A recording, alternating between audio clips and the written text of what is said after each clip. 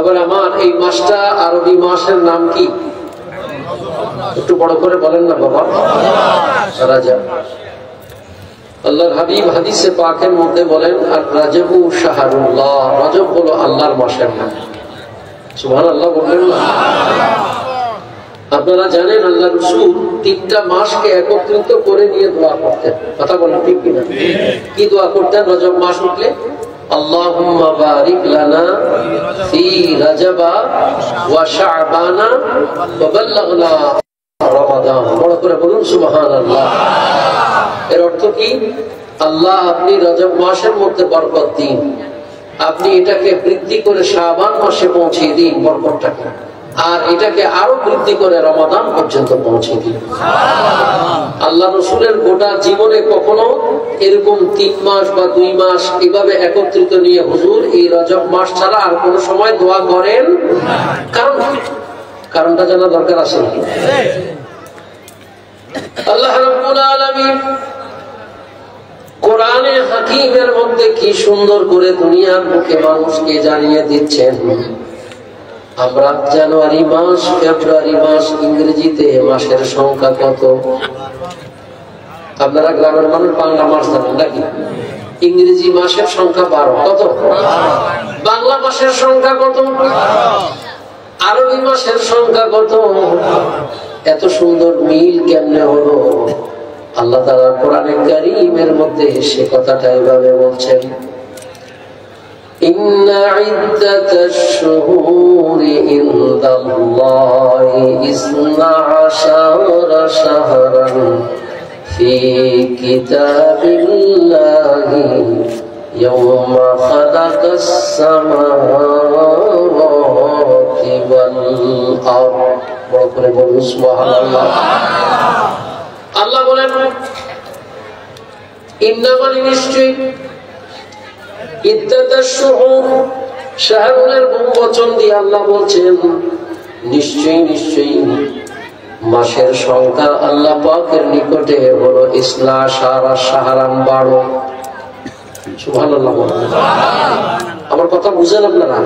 তাহলে সুবহানাল্লাহ নাউজুবিল্লাহ বলতে হবে তো।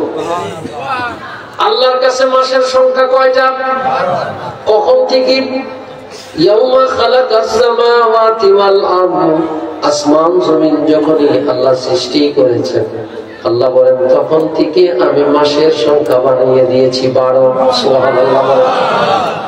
বুখারী শরীফের হাদিস, আল্লাহর নবী বলেন নিশ্চয়ই পৃথিবী ঘূর্ণায়মান হইতে হইতে 12টা মাস চক্র আকারে ঘুরতে ঘুরতে একটা বৎসর হয়। আল্লাহ বলেন আরবাতু হুরুম, 4টা মাস পবিত্র। 12টার মধ্যে 4টা মাস কি পবিত্র? এই 4টা মাসের নাম কোথায় পাবো? আল্লাহর হাবিব হুজুর করিম সাল্লাল্লাহু তাআলা ইসলামের কাছে সাহাবীরা চলে আসলেন, ইয়া রাসূলুল্লাহ, ইয়া হাবিবাল্লাহ, আল্লাহ মাস দিয়েছেন 12 কিন্তু পবিত্র বলেছেন 4টি। কয়টা? 4টি। তো আমরা তো আল্লাহ বলে দেন নাই কোন মাসটা পবিত্র। নবীজিকে একটু জানতে চাই এই মাসগুলি কোনটি। হুজুর বলেন সালাসুন মুতাতালিয়াতুন, 3টি হলো পরস্পর, যুলকাদা, যুলহজ্জা আর হলো মুহররম, আর আরেকটি হলো পৃথক, তার নাম হলো মাহে রজব। বড় করে বলুন সুবহানাল্লাহ। 4টি মাসের মধ্যে বড় বুজুর্গি মাস, বড় দামি মাস, এই মাসের নাম কি? একটা হলো এই রজব। আমি আপনাদের কি শবে মেরাজের উপর কিছু ছোট্ট করে কথা বলবো, এরপরে কবরবাসীদের জন্য কিছু কথা বলতে চাই। এই রজব মাস কার মাস? কথা কয় না? মনোযোগ আছে বাবা? তাহলে আমি ক্লাসে পড়ে মনোযোগ করি। মনোযোগ আছে তো? আপনাদের তো তবারক আছে, কিন্তু কিছু তো নিয়ে যেতে হবে। কথা বলেন ঠিক কিনা? আল্লাহর মাস রজব। এই রজব মাসের ভিতরে আল্লাহ রাব্বুল আলামিন এই মাসটাকে কেমন দামি করেছেন জিবরিল আমিন নবীজির কাছে এসে বললেন, ইয়া রাসূলুল্লাহ, ইয়া হাবিবাল্লাহ, আল্লাহু ইয়াকরাউস সালাম, আল্লাহ আপনাকে সালাম দিয়েছে। বড় করে বলুন সুবহানাল্লাহ। কে সালাম দিয়েছে? আল্লাহ। আল্লাহ পাক সালাম দিয়েছে। জিবরিল আমিন বলেন, ইয়া রাসূলুল্লাহ, ইয়া হাবিবাল্লাহ, আল্লাহ পাক সালাম দিয়েছেন। জিবরাইল কি খবর বলুন? বলে আল্লাহ তাআলা 12টা মাসের মধ্যে একটি মাস আল্লাহ নিজে নিয়েছেন, আর আরেকটি মাস আল্লাহ পাক আপনাকে দিয়েছেন। বড় করে বলুন সুবহানাল্লাহ।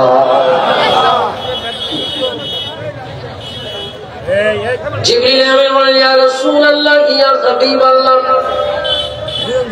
আল্লাহ যে মাসটা নিয়েছেন তার নাম হলো মাহে রজব। বড় করে বলেন না সুবহানাল্লাহ। আল্লাহর মাসের নাম কি? মাহে রজব আল্লাহ তাআলা নিয়েছেন। আর বললেন, নবী আপনাকে একটা মাস দিয়েছেন নবীজি, নবীজির মাসের নাম হলো শাবান। এজন্য নবীজি হাদিসের মধ্যে বলেন, আশ-শাবানু শাহরি, শাবান হলো আমার মাসের নাম। বড় করে বলুন সুবহানাল্লাহ। জিবরিল আর কোনো কথা বলেন না। আল্লাহর হাবিব হুজুর করিম সাল্লাল্লাহু তাআলা আলাইহি ওয়াসাল্লামের চক্ষু মোবারক থেকে পানি পড়তেছে, চক্ষু মোবারক থেকে পানি মোবারক ঝরে ঝরে পড়তেছে। নবীজি কাঁদতেছেন। জিবরিল আমিন বললেন, ইয়া রাসূলুল্লাহ, কোথাও কোনো কি বেয়াদবি হয়ে গেল? বলল, না রে জিবরাইল, কোনো বেয়াদবি হয় নাই। তাহলে নবী কাঁদেন কেন? বলে, কাঁদি এই জন্য, আল্লাহর মাসের খবর দিলে আমার উম্মতের কাছে যায় জানায় দেব। আমার মাসের খবর দিয়েছ, আমার উম্মতকে তাও বলবো। কাঁদি এই জন্য, যদি আমার উম্মতেরা জিজ্ঞাসা করে, নবী গো, আল্লাহর মাস পাইলাম, রজব খুশি হইলাম, আপনি নবীর মাস পাইলাম, বড় খুশি হইলাম, কিন্তু নবী গো, আল্লাহ কি আমাদেরকে কোন মাস দেয় না? উম্মতের দরদি, দয়াল নবী, মায়ার নবী, রহমতের নবী চোখের পানি কাঁদলেন আমার আপনার জন্য। সেই নবী মহব্বতের মধ্যে কেমন আমাদের ফারাক রয়েছে বাবা। ওই নবী যখনই চোখের পানি ফেললেন উম্মতের জন্য, আল্লাহ বলে, বন্ধু আমি আপনাকে এত দিব, আপনি খুশি হয়ে যাবেন। আল্লাহ কয় না, আল্লাহ বলছে কি বলছে না? وَلَسَوْفَ يُعْطِيكَ رَبُّكَ فَتَرْضَى, বন্ধু এত দিব, আপনি খুশি হয়ে যাবেন। আল্লাহর হাবিব চোখের পানি ফেলে কাঁদলেন আমাদের জন্য। আল্লাহ বলেন, বন্ধু আপনার চোখের পানিকে আমি বৃথা করতে দিব না। জান, আমি ওয়াদা করলাম আপনার উম্মতরে এমন একটা মাস দিব, যে মাস কোন নবীর উম্মতকে দেই নাই। আপনার উম্মতকে একটা মাস দিলাম, ওই মাসের নাম হলো মাহে রমাদান। সুবহানাল্লাহ ওয়া বিহামদিহি। মাহে রমাদান এমন একটা মাস, যেই মাসে এত বরকত, এত নিয়ামত কল্পনার বাইরে আল্লাহ পাক উম্মতের জন্য দিয়েছেন। বাবারা আমার, আল্লাহর নবী উম্মতের জন্য কাঁদলেন। কার জন্য কাঁদলেন? একটু বড় করে বলেন না। উম্মতের জন্য কাঁদলেন। আর আল্লাহ রাব্বুল আলামিন সেই কাঁদাকে বৃথা করলেন না। আল্লাহ তাআলা কবুল করে নিলেন, আর কবুল করে একটা মাস দিলেন উম্মতের জন্য। ওই মাসের নাম মাহে রমাদান। এই জন্য মাহে রজবের চাঁদ উঠলে নবীজি এই 3 মাসকে একত্র নিয়ে দোয়া করতেন হাদিস শরীফের মধ্যে। এই জন্য এই দোয়াটার কথা আছে, আমার সাথে একটু পড়েন। আল্লাহুম্মা বারিক লানা ফি রাজাবা, পড়েন না, আল্লাহুম্মা বারিক লানা ফি রাজাবা ওয়া শাবানা ওয়া বাল্লাগনা রমাদান। বড় করে বলুন সুবহানাল্লাহ। রজব আল্লাহর মাস। রজব কার মাস? রজবু শাহরুল্লাহ। এই রজব মাসে বরকত দাও, আল্লাহ শাবান মাসে বরকত দাও।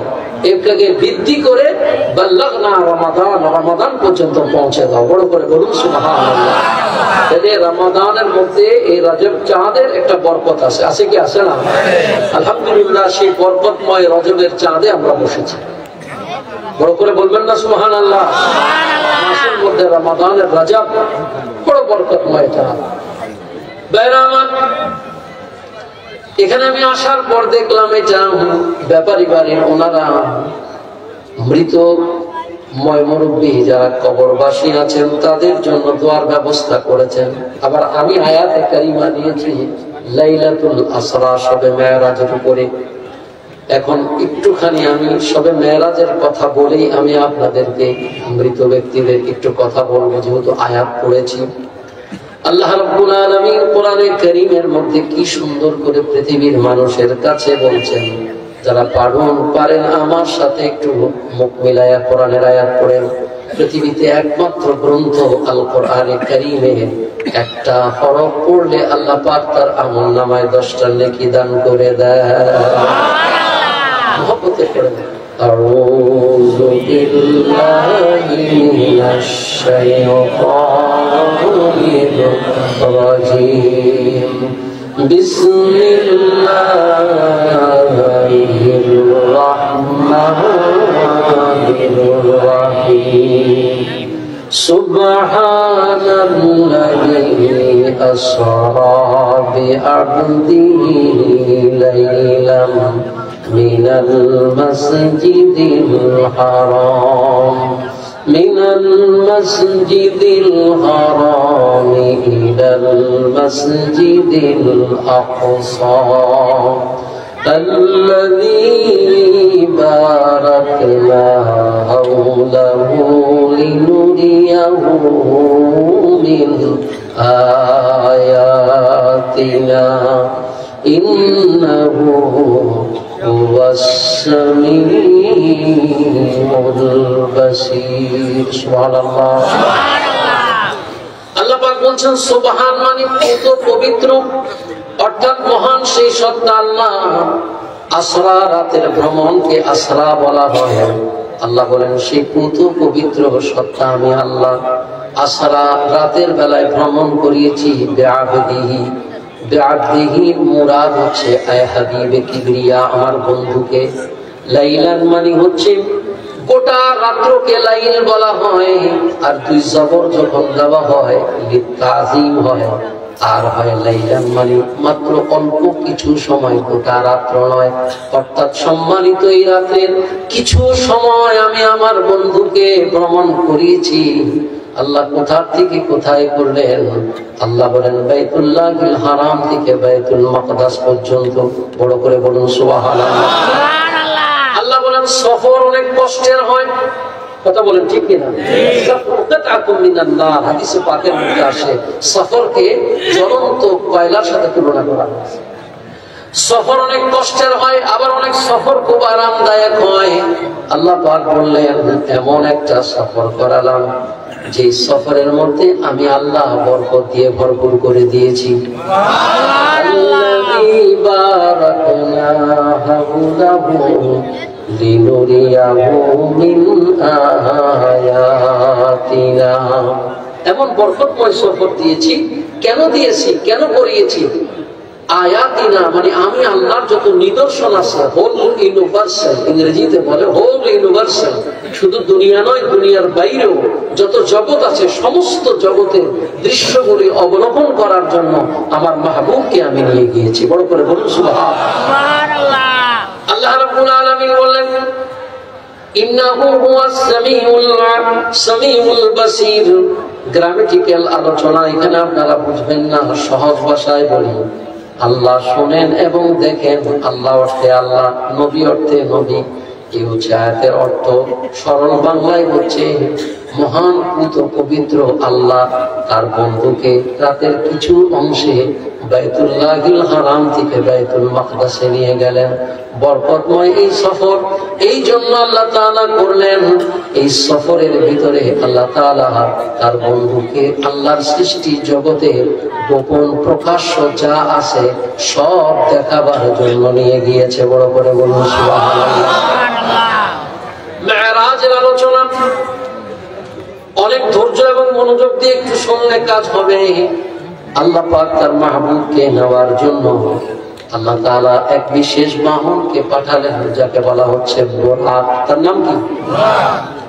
কোন রাওয়ায়াতে 50,000, কোন রাওয়ায়াতে 70,000 বুরাক। এইভাবে বুরাককে পাঠালেন। বারকুন মানে হলো ইলেকট্রিসিটি বা বিজলি বা বিদ্যুৎকে বলা হয়, অর্থাৎ তার ভিতরে বিদ্যুতের গতি আছে।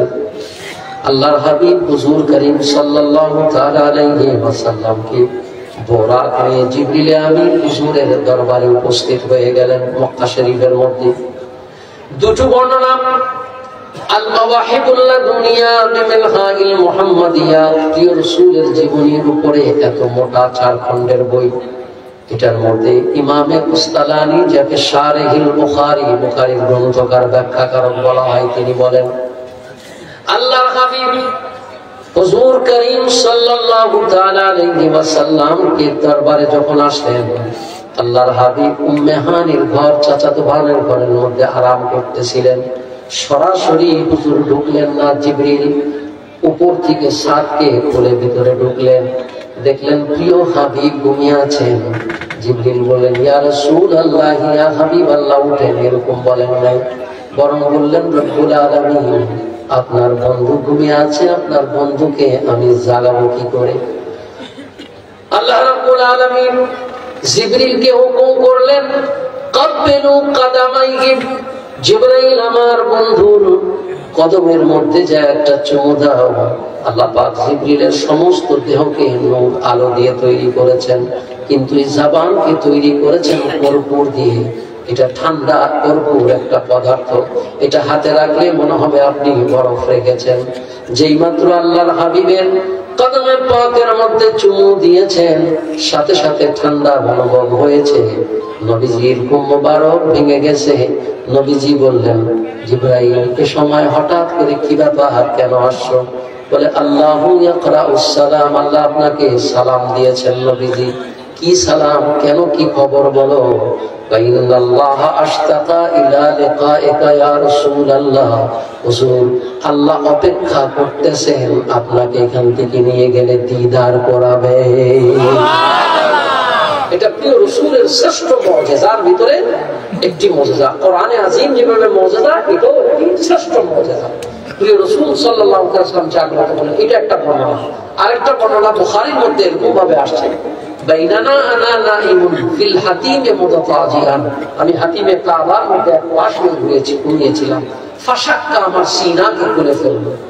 সাহাবায়ে কেরাম বলেন ইয়া রাসূলুল্লাহ, তখনকার দিনে আজকের যেমন ওপেন হার্ট সার্জারি বলে, সার্জারি করার জন্য অপারেশন করার সময় কৃত্রিম শ্বাস প্রশ্বাস দেওয়া হয় আপনার হার্টকে সচল রাখার জন্য।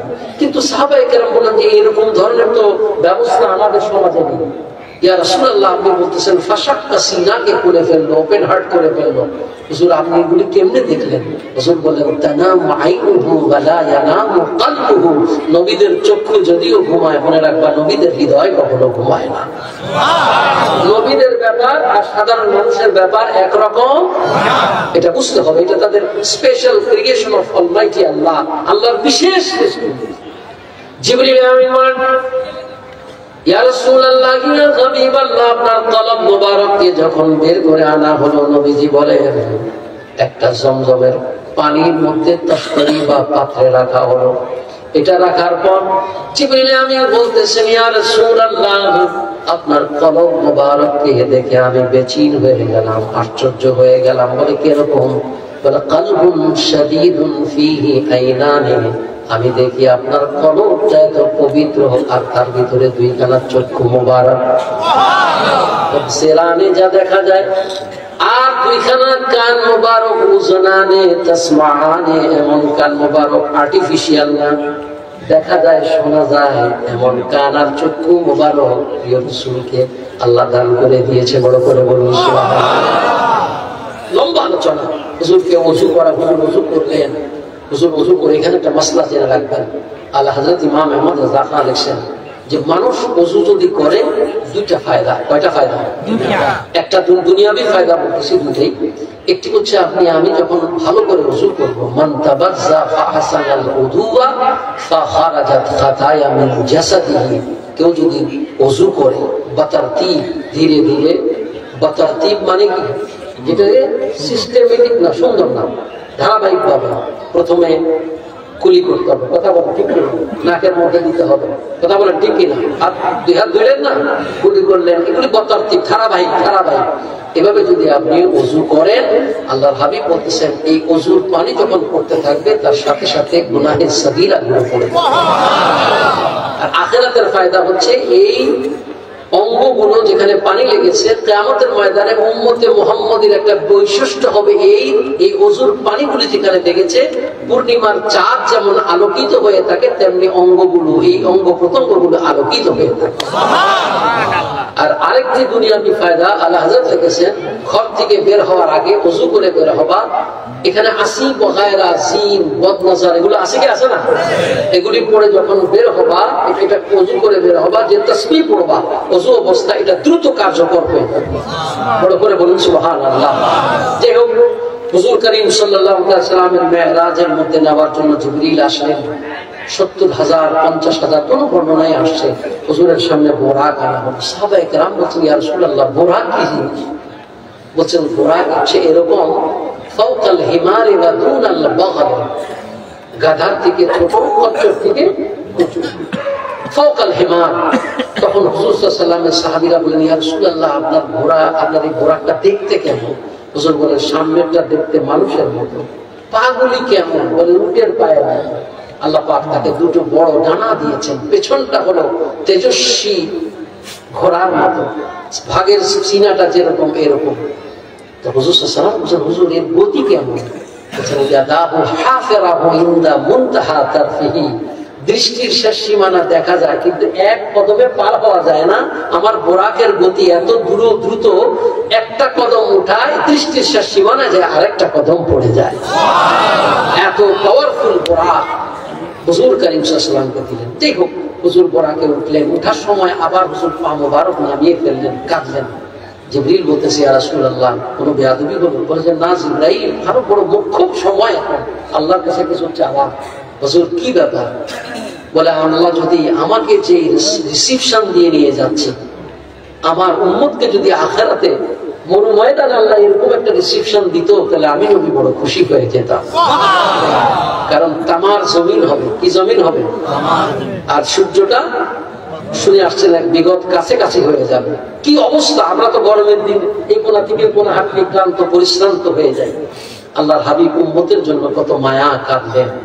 এমন সময় হুজুর করিম সাল্লাল্লাহু আলাইহি ওয়াসাল্লামকে আল্লাহ তাআলা খুশখবরি দিলেন। কি খুশখবরি? বলতেছেন, ইয়া রাসূলুল্লাহ, আপনি কাঁদবেন না, আপনি তাড়াতাড়ি সফরের জন্য তৈরি হন। আপনার উম্মতের মধ্যে যারা তাকওয়াদার মাহবুব হবে, আমি তাদের জন্য বোরাকের বাহনের ব্যবস্থা করে দেব। ইয়াউমা নাহশুরুল মুত্তাকিনা ইলার রাহমানি ওয়াফদা, এক বাহন আমি আল্লাহ তাআলা দেব। এর ব্যাখ্যা আসছে, নেক আমলগুলিকে আল্লাহ বাহন বানিয়ে দিবেন। লাল গালিচা সম্বর্ধনা যেরকম মানুষকে দেয়, এরকম বাহনের উপর উঠে তিনি যাবেন। এভাবে মেরাজের অনেক লম্বা আলোচনা আছে, আমি সেদিকে যাচ্ছি না। মেরাজের মধ্যে আল্লাহ রাসূলকে কেন নিলেন, এর অন্যতম কারণ হচ্ছে রহস্যাবৃত আল্লাহর দুনিয়াকে আল্লাহ প্রিয় নবীকে দেখিয়ে দুনিয়ার মানুষের সামনে আল্লাহ নবী সেগুলোকে উপস্থাপন করেছেন, যাতে মানুষ আল্লাহর এই রহস্য জগৎ সম্পর্কে জানতে পারে। বড় করে বলুন সুবহানাল্লাহ। মহাকাশ, মহাজগৎ, বিশাল গ্যালাক্সি, গুলোর অনেক আলোচনা আপনারা শুনেছেন। দ্বিতীয়ত হচ্ছে ঈমানদার উম্মতের জন্য, নবীর উম্মতের জন্য আখিরাতের নাজাতের জন্য কিছু ব্যবস্থা আল্লাহ পাক আগেই হুজুরকে উম্মতকে দেখায় দিয়েছেন। যেমন হুজুর করিম সাল্লাল্লাহু আলাইহি ওয়াসাল্লাম যাওয়ার সময় হুজুর সাল্লাম দেখলেন একদল মানুষের মাথার মধ্যে পাথর নিক্ষেপ করা হচ্ছে। কি করা হচ্ছে? পাথর যখন নিক্ষেপ করা হয় চুরমার হয়ে যাচ্ছে তাদের মাথাগুলো, আবার ঠিক হচ্ছে। হুজুর বললেন এর কারণ কি? বলে ইয়া রাসূলুল্লাহ, আপনার উম্মতকে গিয়ে বলবেন নামাজ যাদের উপর ফরজ করা হয়েছে, এই ফরজ নামাজ যদি কেউ দুনিয়াতে আদায় না করে তার আখিরাতে শাস্তি এটা হবে। এই জন্য হুজুর সাল্লাল্লাহু আলাইহি ওয়াসাল্লামকে দেখালেন অনেকে সুদ খায়, অনেকে যাকাত আদায় করে না, ব্যভিচার করে, মদ্যপায়ী হয়, এদের যে সমস্ত বিচার, কারো জিহ্বা এখান থেকে নিচে পড়ে গেছে, সুদখোরের এত বড় গম্বুজের মতো কি হয়ে গেছে, তার ভিতরে সাপ বিচ্ছু এভাবে এভাবে কি করতেছে, দংশন করতেছে, চিৎকারে এপার ওপার করতেছে, কিন্তু কোনো ফায়দা নাই। এগুলো দেখাবার দৃশ্য আবার আরেক দলকে দেখানো হলো, যেভাবে পাথর নিচে ফেলে দিলে একেবারে চূর্ণ বিচূর্ণ হয়ে যায়, এরকম চূর্ণ বিচূর্ণ হচ্ছে, আবার ঠিক হচ্ছে। শাস্তি কি? বলে ইনি মা বাবার অবাধ্য, কার? এ কারণে তার শাস্তি। মুদ্রা কথা হচ্ছে এই, গোটা প্রিয় রসুলকে আল্লাহ পাক মেরাজে যা দেখালেন সেগুলি হচ্ছে এই, একটি মানুষ ইমানদার উম্মত কিভাবে ইমানদার হয়ে জান্নাতে যাবে তার পুরো প্র্যাকটিক্যাল জীবন আল্লাহ রসুলকে আল্লাহ দেখিয়ে দিয়েছেন। বড় করে বলুন সুবহানাল্লাহ। সুতরাং মেরাজের আলোচনা 5 ওয়াক্ত নামাজ আল্লাহ পাক আমাদেরকে দিয়েছেন। কয় ওয়াক্ত? আগে দিয়েছেন কয় ওয়াক্ত?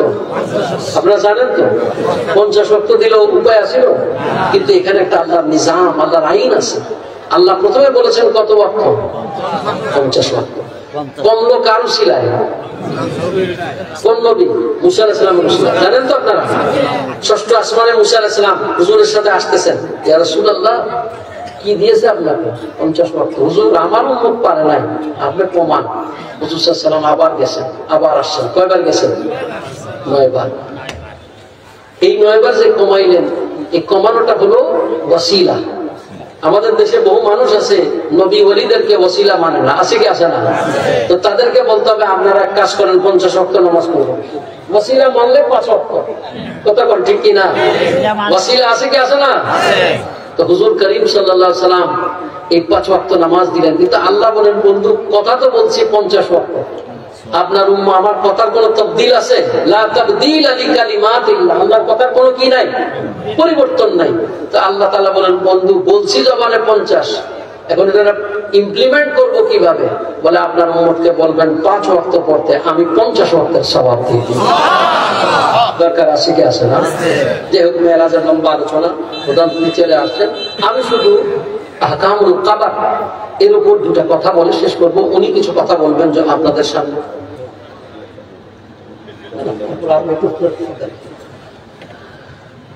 আল্লাহর হাবিব সাল্লাল্লাহু তাআলা আলাইহি ওয়াসাল্লামের উম্মতের জন্য সবচেয়ে বড় এক নিয়ামত হচ্ছে পরকালের মানুষের জন্য দুনিয়া থেকে দোয়া করা।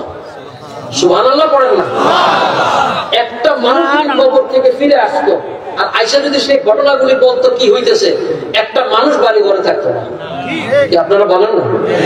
আমার দাদা হুজুর কেবলা কুতুবুল ইরশাদ খাজা আহমদ শাহ নকশবন্দি মুজাদ্দিদি রাহমাতুল্লাহ আলাইহি তিনি এই কথাটা ওসিলাতুল আশিকিনে লিখছেন। আমি জানি না মাননীয় শফিকুর রহমান কিরণ সাহেব জানেন কিনা, ওনার আব্বা আমার দাদা হুজুর কেবলার হাতে বায়াত ছিলেন, যারা হাবিবুল্লাহ সাহেব। আমার দাদা হুজুর কেবলা খাজা আহমদ শাহ নকশবন্দি মুজাদ্দিদি রাহমাতুল্লাহ আলাইহির হাতে বায়াত ছিলেন। উনি তার বাংলা পংক্তিতে লিখেছেন, মরণের আগে মন যাও কেহু তেরা নাহি কি শুনিবে, হায়রে পাষাণ মন কি কর বসিয়া, মৌলার দরবারে কিছু লও না কান্দিয়া, নিশি নামাজেতে নবী এত কান্দিত, পাও মুবারক দুন ফুলিয়া যাইত। সুবহানাল্লাহ। আমার মৃত্যুকে কেন স্মরণ করবেন? এই জন্য স্মরণ করবেন কারণ মৃত্যু আমাদের জন্য অবধারিত। কথা বলেন ঠিক কিনা? আমার বাপ, আপনার পিতা, আমার আপনার আত্মীয় স্বজন দুনিয়ায় যারা চলে গেছে, এরা কেউ দুনিয়াতে থাকতে পারছে কিনা বলেন? আল্লাহ পাক কোরআনে কারীমের মধ্যে বলেন, কুল্লু নাফসিন যায়িকাতুল মাউত, প্রত্যেককে মৃত্যুর স্বাদ গ্রহণ করতে হবে। ইন্নামা তুওয়াফাউনা উজুরাকুম ইয়াওমাল কিয়ামাহ ফামান যুহজিহা আনিন নার ওয়া উদখিলাল জান্নাতা ফাকাদ ফাজ ওয়া মাল হায়াতুদ দুনিয়া ইল্লা মাতাউল গুরুর। বড় করে বলুন সুবহানাল্লাহ, সুবহানাল্লাহ। সূরা আলে ইমরানের মধ্যে আল্লাহ বলেন প্রত্যেককে মৃত্যুর স্বাদ গ্রহণ করতে হবে। মৃত্যুবরণ করলেই যদি শেষ হইতো তাহলে তো বেঁচেই গেছিলাম। কথা বলেন ঠিক কিনা? আল্লাহ সূরা জুমার মধ্যে বলেন কুল ইন্নাল মাউতাল্লাযী তাফিরুনা মিনহু ফাইন্নাহু মুলাকীকুম সুম্মা তুরাদ্দুনা ইলা আলিমিল গায়বি ওয়াশ শাহাদাতি ফায়ুনাব্বিউকুম বিমা কুনতুম তা'মালুন। বড় করে বলুন সুবহানাল্লাহ। মৃত্যু বরণ করতে হবে এটা সত্য, কিন্তু আরেকটা সত্যের কথা আমরা জানি না। আল্লাহ বলতেছেন, আল্লাহ পাক বলেন পৃথিবীর বুকে সবাইকে মৃত্যু বরণ করতে হবে। কুল ইন্নাল মাউতাল্লাযীনা তাফিরু মিনহু, কেউ মৃত্যু থেকে পলায়ন করতে পারবে না, কিন্তু তারপরও মারাত্মক হলো যখন কবরের মধ্যে দেওয়া হবে, আমাদেরকে কবরের মধ্যে প্রশ্নের সম্মুখীন করবে, আযাবের সম্মুখীন করবে। এইগুলি যদি করতে না লাগতো, আখিরাতে যদি আমাদেরকে এগুলোর সম্মুখীন হতে না লাগতো, তাহলে তো আমরা বেঁচে যাইতাম। কথা বলেন ঠিক কিনা? আল্লাহ বলেন না না না, কিয়ামতের ময়দানে দৃশ্য অদৃশ্যের মালিক আল্লাহ রাব্বুল আলামিনের সামনে ভালো করেছি মন্দ করেছি সব আল্লাহর সামনে সেদিন তুলে ধরা হবে। ফাইন্নাহু মুলাকীকুম সুম্মা তুরাদ্দুনা ইলা আলিমিল গায়বি ওয়াশ শাহাদাতি ফায়ুনাব্বিউকুম বিমা কুনতুম তা'মালুন। সব জানা হবে। এজন্য আল্লাহ তাআলা সূরা বাকারার মধ্যে সূরা আলী ইমরানে বলেন ইন্নামা তুওয়াফাউনা উজুরাকুম ইয়াওমাল কিয়ামাহ, কিয়ামতের ময়দানে উজুরাত প্রত্যেকের বিনিময় দেওয়া হবে। ভালো কাজের বিনিময় আছে আখিরাতে, মন্দ কাজের কি আছে? যারা আজকে এই কথাটা বুঝে না, মানুষের ক্ষতি করে, মানুষের অকল্যাণ করে, তারা ভাবে দুনিয়াতেই তারা খুব বাহাদুর, দুনিয়াতেই বাঁচতে পারে না, লুকায় থাকতে হয়। আখিরাতের অবস্থা কি হবে কোন? কথা বলেন ঠিক কিনা? মারাত্মক হবে। ফামান যুহজিয়া আনিন নার, ওই দিন যে ব্যক্তি জাহান্নাম থেকে বাঁচতে পারবে, ওয়াদখিলাল জান্নাহ, আর জান্নাতের মধ্যে প্রবেশ করতে পারবে ওই দিন, আল্লাহ বলেন ফাকাদ ফাজ, তার জীবনটা সাকসেসফুল। দুনিয়াতে প্রতিষ্ঠিত চাকরিজীবী, ব্যবসায়ী, শিক্ষিত, এটা হলো প্রতিষ্ঠিত মানুষ, কিন্তু আখিরাতে একটা প্রতিষ্ঠিত আছে। দুনিয়ার এই প্রতিষ্ঠিত হওয়ার আর আখিরাতের প্রতিষ্ঠিত হওয়ার মধ্যে পার্থক্যটা হচ্ছে এই, আপনি দুনিয়ায় যাই করবেন, আখিরাতে যদি এটা আপনার বিনিময় ভালো হয় তাহলে আপনি কামিয়াব। বড় করে বলুন না সুবহানাল্লাহ। আমি কামিয়াব তখনই হব যখন আখিরাতে আমি পাস করতে পারবো। আল্লাহ তাআলা বলতেছেন ওয়ামাল হায়াতুদ দুনিয়া ইল্লা মাতাউল গুরুর। এটা হচ্ছে সবচেয়ে ইম্পর্টেন্ট একটা বিষয়। আল্লাহ বলছেন দুনিয়াটা একটা ধোঁকার জায়গা। দুনিয়াটা কিসের জায়গা? ধোঁকার জায়গা। আপনি খেয়াল করে দেখেন, অর্থশালী, বিত্তশালী, প্রভাবশালী মৃত্যুবরণ করার পর তাকে হাজার লক্ষ টাকা দামের খাট থেকে নামায়া এসএসএস এর খাটের মধ্যে শোয়ায় দেয়। কথা বলেন ঠিক কিনা? দামি দামি কাপড় চোপড় আমার আপনার খুলে কিসের মধ্যে? মার্কিন কাপড় পরায় দেয়। অথচ আমার পয়সা, আপনার পয়সা, আপনাকে আমাকে মসজিদের বারিন্দার সামনে এনে এবার জানাজার জন্য প্রস্তুত করা হয়। ছেলে মেয়ে বন্ধু বান্ধব কিছুদিন কাঁদে, এরপরে কবরের মধ্যে মাটির মধ্যে দাফন করে দেওয়া হয়। 2-4 দিন পরে কিছু মারা যায়। মানুষ মৃত্যুবরণ যখন করে, ইজা মাতাল ইনসানু কাতানহু ইল্লা মিন সালাসিন, মানুষ যখন মারা যায়, মৃত্যুবরণ করে, সব আমল করা বন্ধ হয়ে যায়, কোনো আমল তার কাজ হয় না। এখন কবরের মধ্যে আল্লাহ যদি কাউকে মুক্ত করে দেন, তিনি যদি সারা রাত্র কবরের ভিতরে নামাজ পড়েন, তেলাওয়াত করেন, তার কোনো সওয়াব হবে না। জানেন তো আপনারা? এটা উসুল। তার কবরের মধ্যে কি হবে না? কিন্তু এখান থেকে যদি কেউ একবার সুবহানাল্লাহ করে পাঠায়, তার কবরে যাওয়ার সাথে সাথে কাজ হয়ে যাবে। বুঝে থাকলে একটু বড় করে বলেন না সুবহানাল্লাহ। আল্লাহর হাবিব বলতেছেন মানুষ যখন মৃত্যুবরণ করে সব আমল করা তার বন্ধ হয়ে যায়, সওয়াব ইল্লা মিন সালাসিন, কিন্তু তিনটি আমল, তিনটি নেক কাজ যদি দুনিয়ার বুকে করে যায়, আল্লাহর হাবিব বলেন ওই লোক মৃত্যুবরণ করবে, ওই মানুষ ওই মহিলা যে হোক সে মৃত্যুবরণ করে যাবে, কিন্তু এই তিনটা কাজ যদি করে যায়, এই কাজগুলো এমন সওয়াবের কাজ, এমন ভালো কাজ, এর সওয়াব কবরের মধ্যে তার যেতেই থাকবে। একটা হলো আওয়ালাদুন সালিহুন ইয়াদউ লাহু, নেককার সন্তান। কোন সন্তান? নেককার সন্তান। কোন নেককার সন্তান? যে নিজেও নামাজ পড়ে, নেক কাজ করে, মা বাবার জন্য দোয়া করে। সুবহানাল্লাহ পড়েন না? সুবহানাল্লাহ। দ্বিতীয়ত হলো আও ইলমুন ইয়ানতাফাউ বিহি, উপকারী ইলম। উপকারী ইলমের দুইটা প্যাটার্ন আছে, একটা হচ্ছে কোরআন হাদিস, আর একটা হলো মানুষের জ্ঞান বিজ্ঞান দিয়ে উপকার করা। যদি ইমানদার হয় তাহলে সওয়াব আছে। কথা বলতে কি না? এরকম ইলম যদি রাখে, তোর মধ্যে শ্রেষ্ঠ হলো কোরআন হাদিসের ইলম। কেউ যদি এই যে আমি আপনাদেরকে শোনাচ্ছি, এখান থেকে যদি কোনো আমল আপনারা গ্রহণ করে নেন, কবুল করেন, আমি মারা যদি যাই এর সওয়াব আমার কবরে যাবে।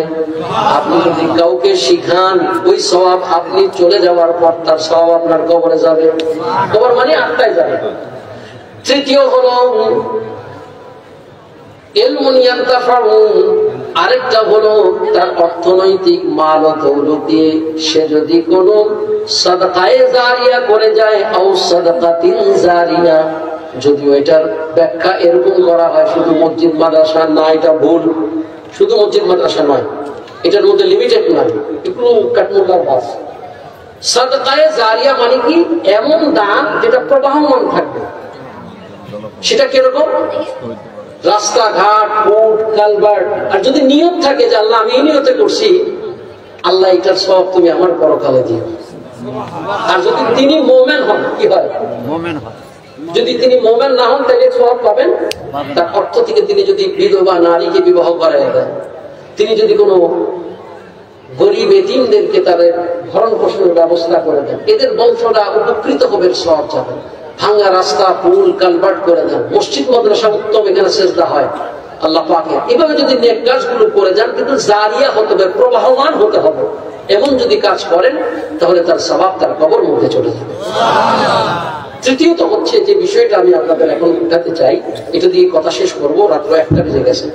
সেটা হচ্ছে এই, এখন যে আমরা কবরে শুয়ে আছে, এদের জন্য যদি কিছু পাঠাই, এদের উপকার হবে কি হবে না? আমাদের দেশের বহু মৌলবীরা এটার বিরুদ্ধে ওয়াজ করে। আছে কি আছে না? আছে। আসুন আবু দাউদ শরীফের একখানা হাদিস শরীফ আপনাদেরকে শোনাই। হযরত সাদ রাদিয়াল্লাহু তাআলা আনহু, আল্লাহর নবীর সাহাবী,